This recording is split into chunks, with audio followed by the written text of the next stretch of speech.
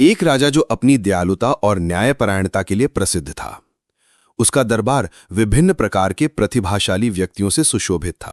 कवि, विद्वान, योद्धा और कलाकार। एक दिन राजा ने अपने राज्य के लोगों के लिए एक भव्य उत्सव का आयोजन किया, जिसमें नृत्य, संगीत और कला की अद्भुत प्रस्तुतियां होनी थीं। मनोरंजन के लिए राजा ने अपने राज्य की सबसे प्रसिद्ध नर्तकी को आमंत्रित किया, जिसे लोग वेश्या कहकर पुकारते थे। जब ये बात दरबार में फैली तो कुछ कुलीनों और संरक्षकों के माथे पर बल पड़ गए। उनमें से एक ने फुसफुसाते हुए कहा, महाराज, क्या ये उचित है कि ऐसी स्त्री हमारे पवित्र दरबार में नृत्य करे? राजा ने उनकी बात सुनी और एक शांत लेकिन दृढ़ स्वर में उत्तर दिया, कला और ज्ञान किसी भी रूप में आ सकते हैं। महत्वपूर्ण है उसकी आत्मा, न कि उसका बाहरी आवरण। नर्तकी जब दरबार में प्रवेश कर रही थी तो उसकी उपस्थिति ही किसी स्वर्गीय आभा से कम नहीं थी। उसने एक गहरे नीले रंग की पोशाक पहनी थी, जिस पर सुनहरे धागों से बारीक कढ़ाई की गई थी।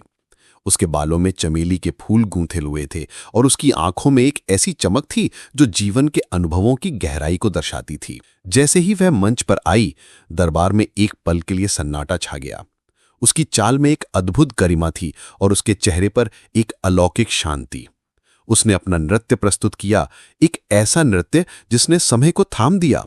उसके हर कदम, हर मुद्रा में एक कहानी थी, एक भावना थी जो सीधे दर्शकों के हृदय में उतर रही थी। उसके घुंघरुओं की झनकार में जैसे संगीत का सार छिपा था और उसके हाथों की गति में प्रेम, विरह और आनंद की अभिव्यक्तियां थीं। दरबार में उपस्थित सभी लोग, चाहे मैं उसकी उपस्थिति से पहले असहज थे, अब मंत्रमुग्ध होकर उसे देख रहे थे। ऐसा लग रहा था कि वे केवल नृत्य नहीं कर रही थी, बल्कि अपनी आत्मा को मुक्त कर रही थी और उस मुक्ति को दर्शकों के साथ साझा कर रही थी। नृत्य समाप्त हुआ और दरबार में एक गहरा सन्नाटा छा गया, मानो सब अभी भी उस स्वर्गीय अनुभव में लीन हों।